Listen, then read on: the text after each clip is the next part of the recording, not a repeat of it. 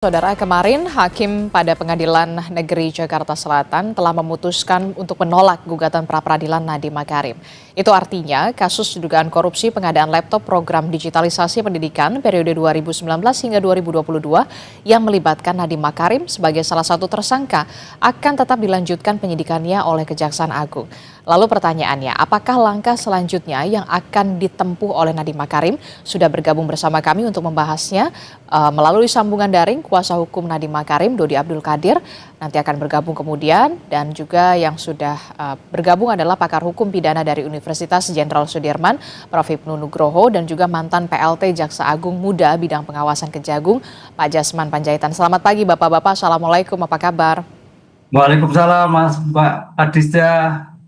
Iya, saya ke Iya, saya ke Prof. Hipnu dulu ya, kalau begitu ya Pak Jasman ya, karena memang Pak Dodi Abdul Qadir ini juga masih belum bergabung bersama kami, kita berharap akan bergabung secepatnya. Prof. Hipnu, kalau kemarin kita mencermati bagaimana pembacaan putusan dari gugatan pra-peradilan dari Pengadilan Negeri Jakarta Selatan, bagaimana Anda mencermati soal pertimbangan ditolaknya pra-peradilan kemarin, Prof. Hipnu? Ya, begini Mbak, bicara pra-peradilan itu adalah bicara kontrol terhadap penegak hukum, terhadap upaya paksa yang dilakukan apakah itu jaksa ataukah polisi. Oleh karena itu terhadap upaya paksa terhadap penetapan tersangka, ya berdasarkan dua alat bukti yang cukup. Kan gitu. Dua alat bukti itu dua alat bukti yang masih ongoing proses. Oke. Karena dalam sistem peradilan pidana kita itu ada kontrol di pra-adjudikasi, ada di adjudikasi, dan post-adjudikasi. Desain KUHP itu adalah sebagai kontrol di pra-adjudikasi terhadap upaya paksa yang menentukan kepada tersangka. Karena sebagai bentuk perlindungan hak asasi manusia. Makanya di dalam pra-peradilan itu pernah membatasi sebelum 2016 itu agak tidak jelas maksudnya. Ada kadang masuk materi, ada masuk tidak gitu loh Pak. Nah, kemarin 2016 akhirnya Mahkamah Agung mengeluarkan suatu perma bahwa pra-peradilan itu hanya mengenai aspek formil, gitu loh. Aspek formil apa? Ya, baru aspek material ada di persidangan pokok perkara. Itu desain KUHP yang ada sekarang ini. Makanya kalau kita melihat kemarin Hakim Pengadilan Negeri Jakarta Selatan masih melihat aspek formil, belum pada aspek material. Oke, saya ke Pak Dodi Abdul Qadir yang merupakan kuasa hukum dari Nadiem Makarim begitu. Selamat pagi Pak Dodi. Pak Dodi, tadi kita membahas bagaimana dari sisi hukumnya begitu soal pembacaan putusan gugatan pra-peradilan kemarin. Nah, saya ingin tanyakan, setelah hakim menolak pra-peradilan dari Nadiem, apa yang dilakukan atau langkah selanjutnya sesuai dengan koridor hukum yang berlaku? Apakah akan mengajukan gugatan pra-peradilan selanjutnya atau nanti akan ada langkah selanjutnya yang akan diambil? Iya, jadi yang pertama, Pak Nadiem dan keluarga dapat memahami dan menerima putusan peradilan. Dan kami juga melihat bahwa penyidik sudah bekerja dengan sebaik mungkin. Nah, di dalam menyikapi suatu putusan peradilan, tentunya bisa saja ada perbedaan pendapat.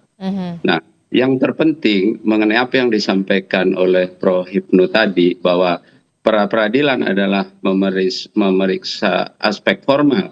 Kami sepaham dengan itu.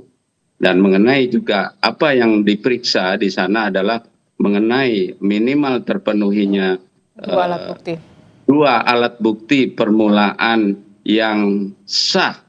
Nah, tadi perbedaannya di situ saja. Prof. Hipnu mengatakan yang cukup, sedangkan sesuai dengan Mahkamah Konstitusi adalah yang sah. Nah, satu hal yang ada perbedaan pendapat adalah bahwa pertimbangan hakim yang memberikan suatu kebebasan ya kepada penyidik di dalam menetapkan dua alat bukti itu, ya itu merupakan sesuatu yang kami berbeda.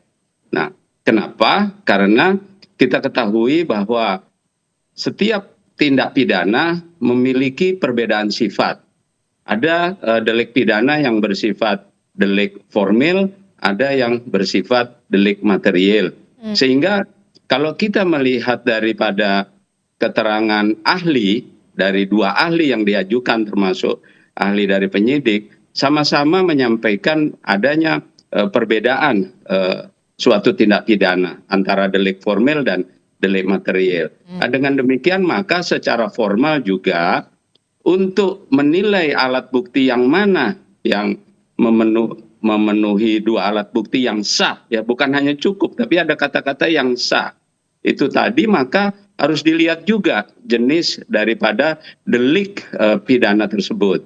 Nah, dua ahli juga menyatakan bahwa bagaimana menilai suatu bukti permulaan yang sah. Ya, mereka menerangkan bahwa alat bukti tersebut harus memiliki relevansi. Jadi hakim pra peradilan bukan semata-mata melihat secara kuantitatif alat-alat bukti yang diajukan, tapi juga melihat relevansi dan keabsahan daripada alat bukti tersebut.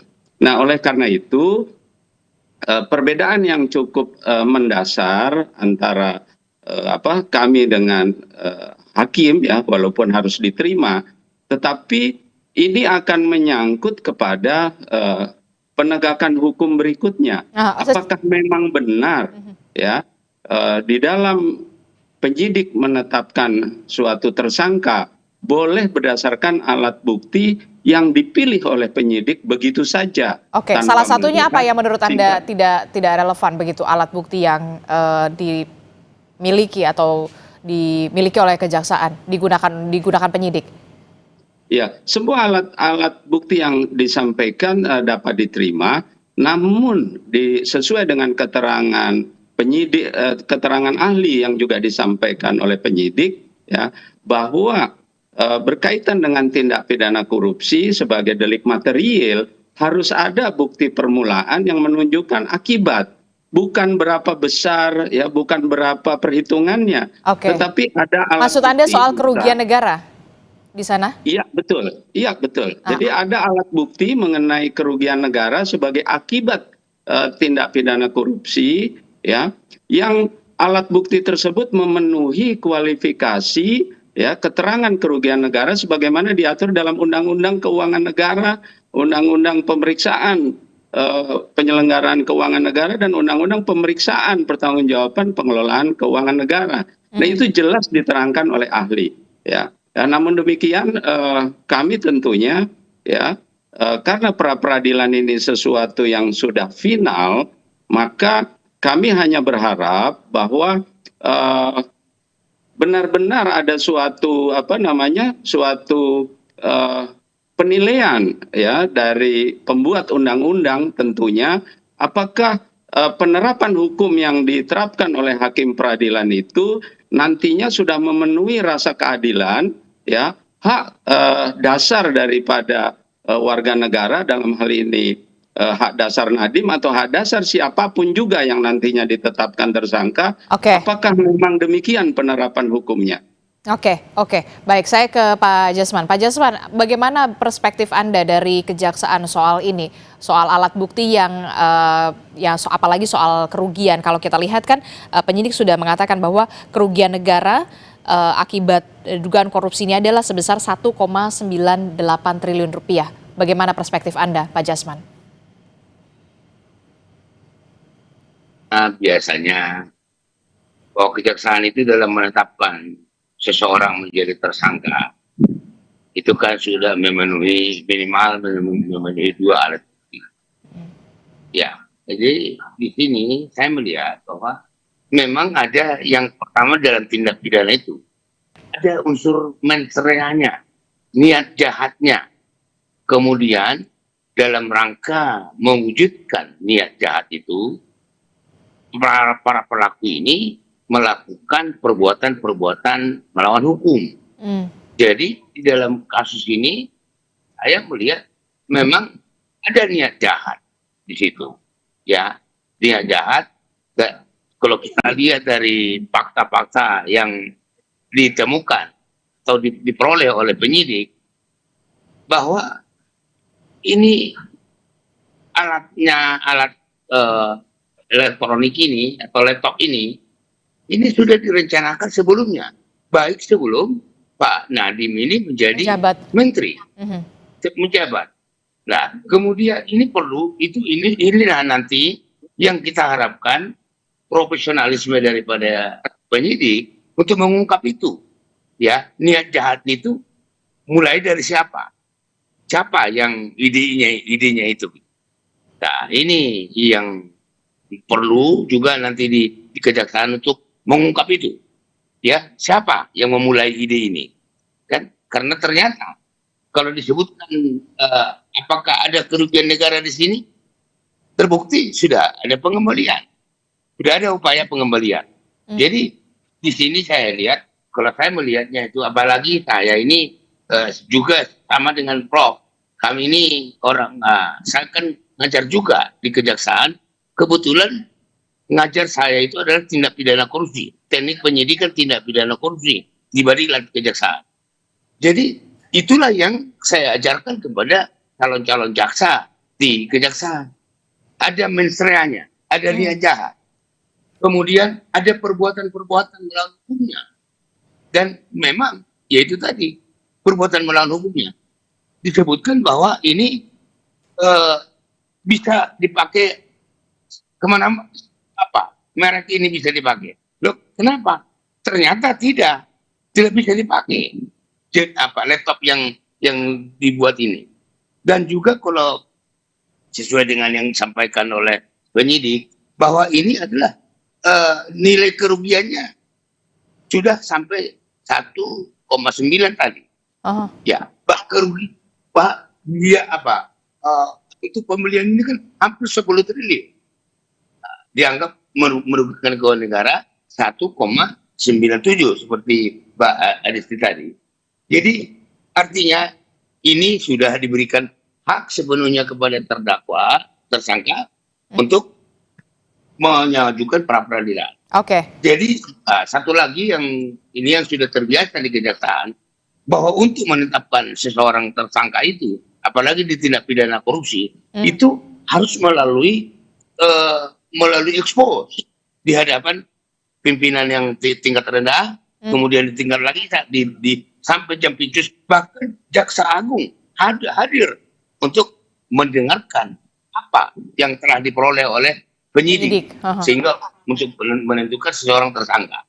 Jadi saya kira ini kita sudah diberikan hak kepada tersangka untuk mengajukan pra peradilan, dan itulah yang kesimpulan hakim untuk menolak permohonan pra peradilan. Demikian ya, Mbak. Oke, baik.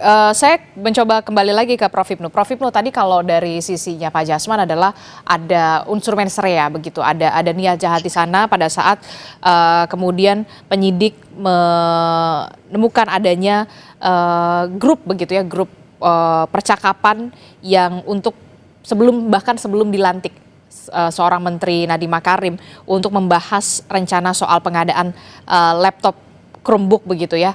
Lagi-lagi ini kita harus klarifikasi lagi atau kita akan tegaskan lagi, termasuk juga soal dari Pak Dodi menyinggung soal kerugian negara. Bagaimana Anda melihat ini? Ya gitu, betul Pak Dodi. Jadi terhadap tadi saya katakan, dalam desain KUHP, pra peradilan itu masih mengenai eksaminasi of just, belum investigasi of just. Nah gitulah. Nah, oleh karena itu dalam seperti ini betul bahwa dua alat bukti itu dua alat bukti yang relevan. Dua alat bukti itu dua bukti yang sah. Karena justru konteks sah dan relevan itu adalah bahwa perolehan barang bukti itu adalah sepengetahuan penegak hukum yang lain. Kan itu. Dalam hal ini kalau upaya paksa berarti ada izin pengadilan negeri. Kalau KPK ada pemberitahuan dengan Dewas. Nah, ini jadi oleh karena itu dalam hal ini sebagai bukti permulaan itu masih ongoing proses. Jadi bukti ongoing proses yang masih berjalan. Termasuk kerugian pun juga masih berjalan. Jadi belum final. Inilah yang membedakan bahwa di dalam desain KUHP di praadjudikasi dan diadjudikasi. Kalau diadjudikasi tadi misalkan terkait dengan mens rea Pak Jasman, itu masuk di adjudikasi. tergantung jumlah kerugian yang besar itu termasuk diadjudikasi. Lah, dengan demikian dalam suatu pembuktian permulaan, kata kuncinya adalah bukti permulaan. Bukti permulaan ini bukti yang masih berproses, bukti masih tapi bernilai, tapi berjumlah dengan bukti yang ada, tapi juga dilakukan dengan bukti yang sah, dengan perlindungan hak asasi manusia, gitu Pak. Nah, ini yang sebagai kontrol, karena ini suatu sebetulnya kalau kita lihat konsep pra-peradilan suatu yang baru, karena kalau kita lihat dulu itu kan meletakkan orang itu dengan sistem inquisitur sebagai objek. Nah sekarang betul-betul meletakkan sebagai subjek hukum, gitu Pak. Ini pra-peradilan. Makanya di dalam RKUHP ke depan dari berbagai teman-teman penasihat hukum, cobalah pra-peradilan ini ada suatu perbaikan kembali. Perbaikan kembali apa? Tentang waktu, tentang nilai. Nah, dalam hal sekarang ini suatu perubahan yang luar biasa dari HR ke KUHP itu sudah luar biasa. Oleh karena itu kalau kita kembalikan pada konsep yang sekarang, perma yang menyatakan sebagai bukti formil, aspek sifat melawan hukum, aspek nilai itu ada di di pemeriksaan perkara. Oleh karena itu kalau kita dalam pembuktian pasti buktinya ada berrelevan. Oh, jumlah kerugiannya relevan. Oh, saksinya sudah diperiksa relevan. Oh, relevan. Baru tahap itu, Mbak. Nah, ini yang ada di sana. Belum masuk apakah korelasi itu bernilai tidak bernilai, itu masuk ke sana. Ini yang membatasi, karena makanya waktu itu hanya 7 hari. Nggak mungkin kita bisa menilai bukti-bukti sampai kualitas dari bukti yang dilakukan. Bicara kualitas, bicara ada di peradilan. Lah nanti Pak Dodi itu menentukan kualitasnya, bagaimana itu di persidangan kualitasnya itu baru di sana nanti. Oh, oke, jadi lebih baik untuk ajang pembuktiannya ini di persidangan begitu ya? Karena memang kemarin kita sudah lihat pembacaan putusan dari gugatan pra-peradilannya sudah ditolak begitu, Prof. Ibnu, kalau dari kacamata Anda. Iya, nanti tinggal mempersiapkan nilai bukti, kualitas bukti, relevansi bukti di dalam suatu persidangan. Apakah kerugian itu merupakan kerugian yang diakibatkan oleh Pak Nadiem, tadi Pak Jaswan, apakah itu kerugian-kerugian oleh orang lain, apakah itu ada suatu kerugian diterima semua orang, lah itulah nanti dalam suatu pembuktian di pokok perkara. Saya ke Pak Dodi dulu. Pak Dodi, saya ingin tanya dulu, Pak Dodi akan mengajukan gugatan pra-peradilan untuk yang kedua kalinya atau kemudian next-nya adalah tahapannya fokusnya langsung ke persidangan, pembuktian persidangan? Terima kasih. Sebelum saya menjawab, ini karena tadi sudah ada pembicaraan mengenai mens rea, sudah ada niat jahat dari sebelum menjadi menteri. Ya, ini perlu diluruskan sebelum menjadi suatu informasi publik. Okay. Jadi perlu diluruskan bahwa Pak Nadiem itu tidak ingin menjadi menteri. Pak Nadiem itu sedang sibuk, sedang bekerja, ya, mengurus perusahaannya yang sudah jelas sangat bermanfaat bagi jutaan orang, ya, memberikan lapangan kerja dan memberikan suatu kegiatan UMKM. Sedang enak-enaknya di sana, okay, dan sedang menikmati banyaknya investor-investor besar yang masuk, ya, Temasek, Facebook, Tencent, termasuk Google. Google itu sudah masuk melakukan investasi sejak jauh sebelum Pak Nadiem kepikiran ditunjuk jadi menteri. Okay. Kemudian Presiden waktu itu meminta Pak Nadiem untuk membantu di dalam pemerintahan karena dipandang memiliki terobosan-terobosan pemikiran. Nah, dengan adanya pertemuan beberapa kali dengan Presiden dan Presiden memberikan banyak PR di bidang pendidikan, tentunya Pak Nadiem mengumpulkan kawan-kawannya untuk bagaimana berdiskusi mengenai pendidikan. Okay. Tidak ada satu pembahasan pun mengenai Chromebook. Perlu ditegaskan sekali lagi, tidak ada satu pembahasan pun mengenai Chromebook. Pembahasan Chromebook baru termuncul setelah Pak Nadiem diangkat jadi menteri. Ada salah satu stafnya menyatakan bahwa perlu menunjuk operating system yang dimana di dalam pembicaraan tersebut ada usulan, itu tertulis di chatnya, mengusulkan untuk membahas Chromebook. Lalu kemudian respon Pak Nadiem jelas, di sana sangat tegas, dibahas semua sistemnya, dibahas 2 sistemnya, ya, dua sistem dibahas. Kenapa ada pernyataan tersebut? Karena Pak Nadiem pun begitu diangkat jadi menteri, meneruskan kebijakan menteri sebelumnya adalah menggunakan Windows. Namun pada saat terjadinya COVID-19, di mana semua orang tidak bisa keluar rumah termasuk mengikuti pembelajaran, perlu dipikirkan alat komunikasi yang tepat, yang paling murah. Nah, disitulah kemudian terjadi pembahasan-pembahasan di mana pembahasan itu ada di tingkat operasional, tingkat dirjen ke bawah. Mereka membahas secara profesional. Sehingga mengenai mens rea ini yang nantinya juga harus dibuktikan, karena ini pokok perkara, namun karena sudah mengemuka di dalam diskusi ini, perlu kami tegaskan, tidak ada WA Group yang membahas Krum sebelum jadi menteri. Yang ada adalah Pak Nadiem dipanggil berkali-kali oleh Presiden, diminta bantuannya untuk menjadi menteri. Lalu bagaimana mens reanya? Kalau dia mau cari kekayaan, dia cukup ada bekerja di Gojek sebagai pemilik Gojek. Namun kenapa seseorang yang diminta untuk membantu negara ini, yang memiliki ide-ide cemerlang, justru mengalami masalah hukum seperti ini? Mengenai hal ini, kami menghargai upaya penegak hukum karena itu adalah kewenangan penegak hukum dan kami mengikuti semua proses penegak hukum. Dan Nadiem pun berterima kasih dengan segala kesempatan untuk melakukan proses-proses hukum. Nah, sesuatu hal yang tadi saya setuju dengan Pak Ibnu, bahwa pra peradilan itu membahas aspek formal saja, ya. Nah, yang kita tidak sependapat adalah hakim, ya, di dalam menilai dua alat bukti permulaan itu tanpa melihat relevansinya dan sifat daripada delik pidana tersebut, melainkan memberikan kebebasan kepada penyidik untuk memilih apa alat bukti yang diajukan dari alat-alat bukti yang ditetapkan di dalam KUHP pasal 184, yaitu alat bukti saksi, alat bukti surat, alat bukti petunjuk, keterangan ahli, dan keterangan tersangka. Nah, dari kelima alat bukti itu, hakim memberikan kebebasan. Alat bukti mana yang diajukan? Sepanjang ada 2 dari 5 tersebut dianggap sudah sah, sudah memenuhi dan sudah ada relevansi. Padahal dari proses persidangan jelas terbukti tidak ada alat bukti yang menyatakan sudah diaudit.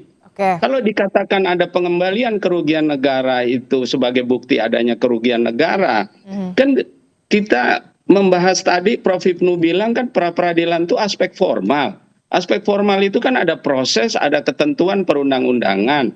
Nah, apakah di dalam perundang-undangan tentang kerugian negara itu, pengembalian keuangan negara itu masuk dalam definisi kerugian negara? Nah, itu sesuatu yang seharusnya kita mengacu kepada aspek formal. Nah, ini yang seharusnya hakim pra peradilan memeriksa alat-alat bukti, ya. Saya setuju bahwa mengenai kerugian negara tidak perlu adanya suatu besaran, ya. Tidak perlu sudah terbukti, tapi paling tidak sudah ada bukti bahwa sedang dilakukan audit sebagaimana diatur di dalam ketentuan perundang-undangan mengenai bagaimana proses formal di dalam menentukan adanya kerugian keuangan negara. Jadi Anda akan dan bersama tim kuasa hukum tidak akan mengajukan gugatan pra peradilan untuk kedua kalinya, tetap akan melakukan itu di pembuktian begitu ya, di persidangan atau seperti apa? Kami akan tegaskan kembali. Ya, kami tidak akan melakukan upaya pra peradilan selanjutnya, ya. Namun kami sekarang sedang mempersiapkan alat-alat bukti, ya, untuk memberikan penjelasan, ya, bahwa klien Anda tidak bersalah. Ya, bahwa kebijakan ini diambil pada saat COVID. Ini pun yang tidak terungkap, ya. Kemudian yang kedua, Chromebook itu secara umum pun orang sudah mengetahui bahwa Chromebook lebih murah. Dan kemudian ini perlu publik mengetahui, ya. Sampai saat ini pengadaan Chromebook masih tetap berlangsung. Masih tetap ada pembelian Chromebook. Dan Chromebook yang sekian juta yang sudah dibeli itu saat ini masih digunakan oleh semua murid. Dan perlu diingat bahwa dengan adanya Chromebook ini, proses belajar mengajar selama COVID tetap berjalan, proses ujian tetap berjalan, proses kelulusan tetap berjalan. Oke, baik. Ini juga harus dihitung manfaatnya berapa. Ya, oke. Bagaimana kalau tanpa Chromebook, murid-murid harus pergi ke sekolah, dia harus pakai APD, guru-guru harus pakai APD, guru-guru dan murid harus disuap setiap hari, berapa biayanya? Karena kerugian negara juga menyangkut berapa kesempatan keuangan negara yang hilang. Oke, baik. Saya ke Pak Jasman. Pak Jasman, setelah mendengar penjelasan dari Pak Dodi Abdul Qadir, bagaimana kemudian penyidik dari Kejaksaan juga untuk bisa membuktikan dalam persidangan soal tadi mens rea tadi, kemudian kerugian yang tadi sudah dibantah oleh kuasa hukum dari Nadiem Makarim, Pak Jasman? Ya, seperti yang tadi saya katakan, sebenarnya sebelum dinyatakan tersangka, itu penyidik sudah berkeyakinan telah terjadi tindak pidana korupsi. Kemudian ditanya lagi di dalam para penyidik ini, siapa yang melakukan? Kan gitu. Jadi kalau disebutkan tadi bahwa ini masih belum gitu, saya kira sudah sangat telak gitu.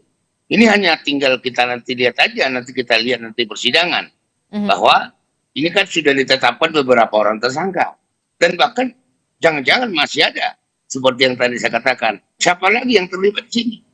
Kalau sejauh ini kan kita lihat ya, tersangka dugaan korupsi pengadaan laptop Chromebook ini ada Juristan Ibrahim Arif, kemudian ada Mulyatsyah, Sri Wahyuningsi, dan yang terakhir adalah Nadiem Makarim begitu. Berarti Anda membuka potensi juga ada penambahan tersangka di sana dalam kasus ini? Bisa saja siapa saja yang terlibat di situ. Ya kan, ada ya, saya kira di media sosial situ sudah muncul itu. Ya ini yang itulah seharusnya kalau saya mengatakan ya perlunya ada kehati-hatian dari seorang pejabat. Dalam hal ini Menteri Pak Nadiem ini seharusnya hati-hati dalam melaksanakan program-program itu. Nah ini kalau kelihatan, kalau saya menilai ini kayak gampangan gitu loh. Untuk membuat ini, kayak gampangan sekali. Mengeluarkan uang sampai 10 triliun itu gampang banget gitu. Nah ini, sekarang kan korupsi sekarang kan sudah istilah T. Kalau dulu, waktu zaman saya jadi direktur penyidikan, tinggal juta, miliar gitu. Sekarang sudah T permainan. Udah makin gila ini Republik ini. Nah ini yang perlu saya kira juga mohon kesadaran kita semua untuk semua pejabat publik harus betul-betul ajas prudensial harus dia jaga dalam melaksanakan kebijakannya. Itu saya melihat tadi di sini kurang. Pak Nadiem tidak kurang semeraut banget gitu loh. Itu yang saya lihat itu. Harusnya kan ditanya, ini gimana? Nah, ini tadi saya udah saya singgung tadi bahwa peralatan ini sudah harusnya tidak memenuhi syarat. Tidak memenuhi persyaratan. Kalau tadi Pak Dodi mengatakan bahwa itu dipakai ini ya nanti kita lihat aja nanti di persidangan bagaimana. Oke, baik. Gitu. Oke, saya ke Prof. Ibnu. Prof. Ibnu, ini akan seru ya soal pembuktian di persidangan. Saya tidak bisa membayangkan bagaimana soal nanti akan dibuka percakapan grup di sana jauh sebelum seorang Nadiem Makarim menjabat sebagai Mendikbudristek begitu. Apakah ada pembuktian mens rea di sana, pembahasan soal laptop Chromebook di sana, termasuk juga soal kerugian negara. Bagaimana Anda melihat soal pembuktian ini begitu penting di persidangan? Ya, pembuktian itu dalam hukum pidana peradilan sebagai jantung dalam suatu persidangan. Oleh karena itu kalau kita melihat dari dua perspektif Pak Dodi dan Pak Jasman, Pak Dodi sebagai advokat harus seperti itu. Pak Dodi berpikir dari objektif perkaranya, objektif hukumnya, subjektif kepentingannya, kepentingan klien. Pak Jasman berpikir dari subjektif mewakili negara. Ada dugaan korupsi, korupsi objektif hukumnya. Jadi kalau memang tidak terbukti ya dituntut bebas. Itu kan asas dominisial seperti itu. Nah, disinilah nanti ada argumentasi pembuktian yang dilakukan oleh penuntut umum dan oleh penasihat hukum sebetulnya titiknya di mana. Apakah ini ada ide dari Pak Nadiem? Apakah bagaimana? Karena kuncinya kalau kita lihat tampaknya, kalau kita melihat kemarin Pak Nadiem itu terakhir, titik letaknya pada staf yang ada. Betul. Staf yang ada kelihatannya, oh ini karena kebijakan Pak Nadiem, oh, ini karena perintah Pak Nadiem dan sebagainya. Nah, itu yang menjadikan suatu kualifikasi pembuktian. Nah, oleh karena itu saya kira dengan konstruksi yang seperti ini, Pak Dodi harus bisa merumuskan sebagai lokus dan tempus delictinya karena situasi COVID seperti itu, yang betul-betul cemerlang.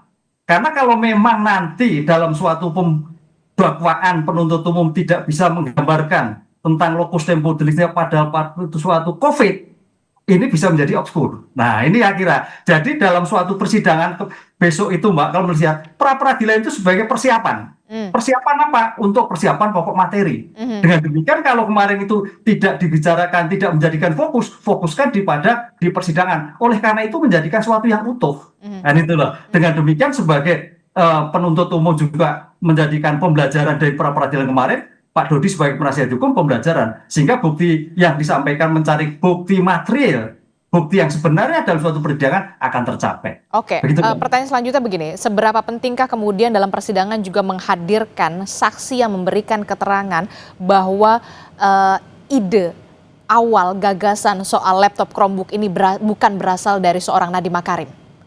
Ya, penting sekali karena itu bicara etikat, bicara ide dari siapa? Kan gitu kebijakan. Kalau memang dari presiden, ya ini dari presiden, kan tatanan kebijakan. Nah itu kalau mencari kebenaran material sampai di sana, Bu, Mbak Adista, tata kebijakan dan tata penerapan. Kebijakan sih mungkin nggak salah, tapi penerapannya salah. Nah itu yang terjadi permasalahan sekarang seperti ini. Nah dengan demikian dalam mencari kebenaran material, hakim wajib memanggil semua saksi yang diinginkan, baik oleh penuntut umum maupun oleh penasihat hukum dalam rangka mencari suatu pembuktian material. Itu sudah ditegaskan dalam putusan Mahkamah Konstitusi. Semua keinginan penuntut umum dan penasihat hukum terhadap saksi yang diinginkan wajib dihadirkan dalam rangka mencari kebenaran material. Oke. Termasuk bagaimana Pak Dodi Abdul Qadir untuk mempersiapkan ini semua terakhir? Yang meyakinkan di persidangan pembuktian bahwa memang klien Anda atau klien Anda bukanlah orang yang memiliki ide inisiator pertama pengadaan kebijakan laptop Chromebook ini. Ya, tentunya alat-alat bukti tersebut sudah jelas karena itu suatu percakapan tertulis, jadi sudah jelas sekali. Audio kita terputus, Prof. Pak Dodi, maaf. Baik. Oke, silakan. Baik. Ya. Jadi sudah jelas sekali bahwa ide tersebut bukan berasal dari Nadiem dan Nadiem tapi berasal dari ada permintaan dari staf yang mengusulkan siapakah untuk itu? Melakukan, ya tentunya karena ini merupakan satu masih di dalam perkara, tentunya kami menghormati penyidikan yang dilakukan oleh penyidik, maka pada saatnya nanti tentunya itu akan terungkap. Tapi karena tadi Pak Jasman sudah menyinggung mengenai mens rea, agar publik tidak tersesatkan, maka perlu dijelaskan sekali lagi, diingatkan sekali lagi bahwa Pak Nadiem tidak ada mens rea sedikit pun, dan perlu diketahui bahwa kekayaan Pak Nadiem dari saat mulai menjabat sebagai menteri, setelah berhenti menjabat itu malah berkurang. Jadi ini kekayaan malah berkurang dan tidak ada alat bukti satupun ya yang disampaikan di dalam pra-peradilan bahwa telah terdapat keuntungan dari Pak Nadiem, uang dari yang diterima oleh Pak Nadiem tidak ada sama sekali. Nah, oleh karena itu sekali lagi di dalam proses penegakan hukum ya tidak terlepas daripada due process of law. Ini yang perlu dikawal bersama-sama agar tidak terjadi ya pemaksaan-pemaksaan, penyimpangan-penyimpangan yang terjadi di dalam proses pembuktian. Kejaksaan penyidik sudah sangat transparan, sangat tepat seperti yang disampaikan oleh Pak Jasman, melakukan proses-proses penyidikan. Namun bagaimana yang terjadi di pengadilan? Karena ada asas bahwa keputusan pengadilan harus dianggap benar. Nah, asas ini menuntut adanya suatu pengawasan proses formal yang sangat ketat. Karena biar bagaimanapun juga hakim itu kan seorang manusia. Dia juga punya pemikiran subjektif. Oleh karena itu ketentuan KUHP sudah membatasi bahwa ada aspek-aspek normatif formal yang harus diikuti. Oleh karena itu tanggapan kami tadi berkaitan dengan pertimbangan putusan hakim itu bertentangan dengan asas formal. Ya, proses penilaian sudah dijelaskan bahwa proses pertimbangan hakim harus mengikuti norma-norma hukum. Nah, boleh hakim tidak menggunakan norma-norma hukum, boleh dia melakukan penemuan hukum, namun harus dalam batas-batas daripada norma-norma yang ada. Saya ke Pak Jasman. Pak Jasman, singkat saja. Tadi disebutkan bahwa memang ide ini bukan berasal dari Nadiem Makarim, melainkan dari stafnya, begitu. Bagaimana persiapan yang dilakukan oleh terakhir penyidik kejaksaan untuk meyakinkan bahwa di dalam pembuktian persidangan nanti? Singkat saja. Baik, makasih. Jadi, kalaupun itu datangnya bukan, idenya itu bukan dari Pak Nadiem, seharusnya Pak Nadiem itu selaku menteri, ya, pengambil kebijakan publiknya itu harusnya menghentikan, jangan melanjutkan. Ternyata dilanjutkan oleh Pak Nadiem. Padahal banyak kekeliruan. Kenapa diteruskan? Kan gitu. Itu masalahnya di situ. Jadi kalau Pak Dodi tadi mengatakan idenya itu bukan dari Pak Nadiem, oke. Tapi kenapa tidak dihentikan? Kan gitu tadi yang saya katakan tadi. Seorang pejabat publik setingkat menteri seperti itu harusnya mempunyai menerapkan ajas kehati-hatian. Nah, ini yang sangat kurang saya lihat yang tidak dilakukan oleh Pak Nadiem. Gitu ya. Baik. Itu kita sudah melihat bagaimana kemarin pra peradilan ditolak, status tersangka Nadiem sah, begitu ya. Singkat saja, Prof. Apa yang ingin Anda sampaikan dari kasus ini? Singkat. Ya, karena kasus ini adalah menyangkut kebijakan publik dan menyangkut pejabat menteri, tampaknya memang seperti Pak Jas mengatakan, tingkat sebagai antisipasi, kontrol, pengawasan, menolak, menghendaki dan sebagainya itu sangat prinsipal sekali. Oleh karena itu betul tadi idenya betul, tapi bagaimana, apakah ada kontrol, ada pengawasan, ada penolak, ada hati-hati, ada perintah dan sebagainya, itu yang terjadi. Karena dalam setiap kejahatan tampaknya itu yang terlewatkan. Itu yang terlihatkan, apalagi kalau melihat Pak Nadiem ini tampaknya ada mungkin relasi kuasa, itu yang harus kita lihat, Mas Dodi.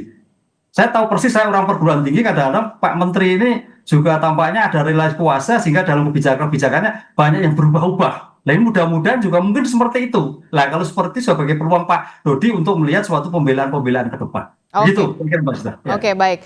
Terima kasih. Kita lihat nanti bagaimana pra peradilan ditolak, status tersangka Nadiem sah. Kita akan tunggu bagaimana proses pembuktiannya di pengadilan. Terima kasih Prof Hipnu telah bergabung bersama kami. Pak Jasman terima kasih, dan juga Pak Dodi Abdul Qadir juga terima kasih sudah bergabung bersama kami di Sapa Indonesia Pagi. Sehat selalu Bapak-bapak. Assalamualaikum. Selamat pagi.